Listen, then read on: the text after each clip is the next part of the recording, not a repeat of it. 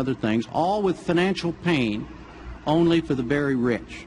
Some people are having trouble apparently believing that is possible. Should they have that concern? No. There are many people who believe that the only way we can get this country turned around is to tax the middle class more and punish them more. But the truth is that middle class Americans are basically the only group of Americans who have been taxed more in the 1980s and during the last 12 years, even though their incomes have gone down. The wealthiest Americans have been taxed much less, even though their incomes have gone up.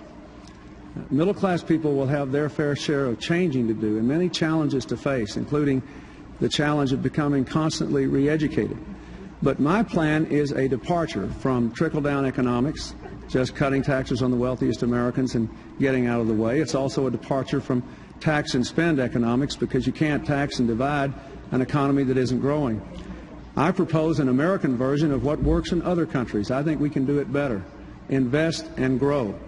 I believe we can increase investment and reduce the deficit at the same time if we not only ask the wealthiest Americans and foreign corporations to pay their fair share, we also provide over $100 billion in tax relief in terms of incentives for new plants, new small businesses, new technologies, new housing, and for middle class, and reinvest it in new transportation and communications and environmental cleanup systems. This will work. On this, as on so many other issues, I have a fundamental difference from the present administration. I don't believe trickle-down economics will work. Unemployment is up. Most people are working harder for less money than they were making 10 years ago. I think we can do better if we have the courage to change. I think he's talking about the Reagan-Bush years where we created 15 million jobs. The rich are paying a bigger percent of the total tax burden. And what I don't like is trickle-down government. And therein, I think Governor Clinton keeps talking about trickle-down, and he's still talking about spending more and taxing more.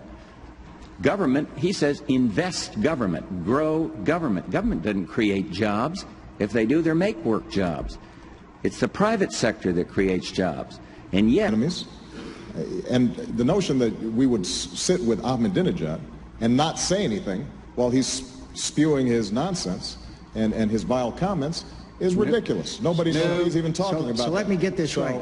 We sit down with Ahmadinejad and he says, we're going to wipe Israel off the face of the earth, and we say, no, you're not? Yeah, oh, please. No, by the way, my friend Dr. Kissinger, who's been my friend for 35 years, would be interested to hear this conversation and Senator Obama's depiction of his positions on the issue. I've known him for 35 years, and I guarantee you he would not say that presidential top level. Of course he encourages, and other people encourage contacts and negotiations and all other things. We do that all the time. We're going to go to a new lead. Senator Obama is parsing words when he says precondition means preparation. I am not parsing words. I'm using the same words that your advisors use. Please go ahead. New lead question. Russia. Goes to you. 2 minutes, Senator Obama.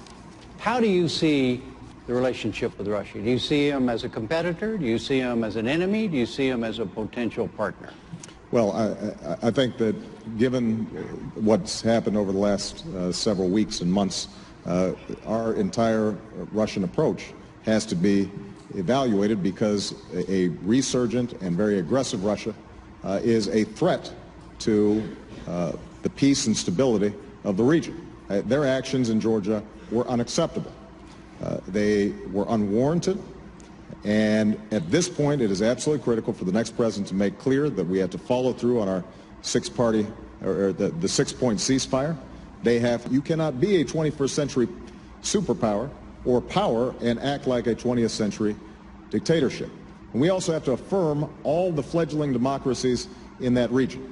The Estonians, the Lithuanians, the Latvians, the Poles, the Czechs, that we are, in fact, going to be supportive and in solidarity with them in their efforts. They are members of NATO, and to countries like Georgia and the Ukraine, I think we have to insist that they are free to join NATO if they meet the requirements, and they should have a return